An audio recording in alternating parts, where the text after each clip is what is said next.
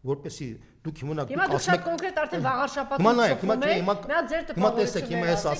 հիմա տեսեք, դուք հիմա օրինակ ասում եք թե ժողովրդին շատ ես մտ։ Հիմա տեսեք։ Ուրեմն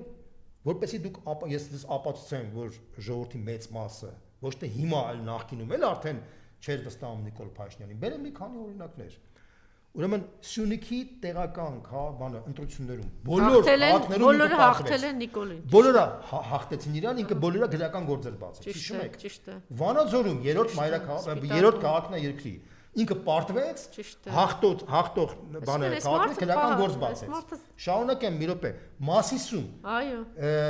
Այդ Մասիսի քաղաքապետը այն գլխից էլ ինքը չի կարացել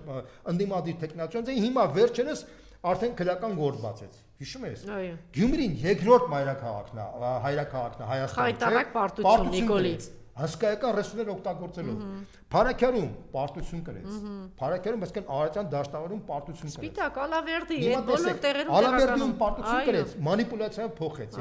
Երևանում ընդամենը 28% է մասնացած ժողովրդի, 28%-ը իր մաքսիմալ վարչական ռեսուրսներն որ 9%-անոց իշխանություն ունեցավ եւ նույնիսկ այդ պարագայում են հանրապետություն բլոկի են կցորդինել միացած բայց այդ են շան վրա այն հաճացող դոք շան վրա հույս դրեց ինչ որ մանիպուլյացիա վարեց հիմա մազից կախված քաղաքապետ ունի հիմա այս ամենը քեզ ցույց չի տալիս որ մեր ժողովուրդը մերժում է Նիկոլ Փաշինյանին հիմա ասեմ ձեզ դաժան բան ասեմ Նիկոլ Փաշինյանը շատ ավելի լավ է տիրապետում հանրային պատկերացումների դրամարակատաղած քան մեր քաղաքական վերնախավը մեր լրագրողական վերնախավը մեր քաղաքական լրագրողական վերնախավը անդադ մեղադրում է ժողովրդին չհասկանալը որ ժողովրդի մեծ մասը մերժում է այս իշխանությունը Պարզապես այդ դրան տեր կանգնող չկա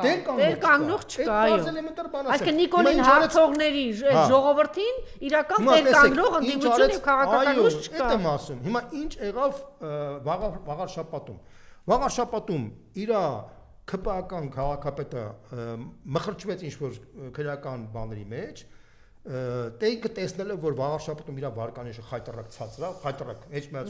ցածր վարկանիշ ունի ինքը ասենց ասեմ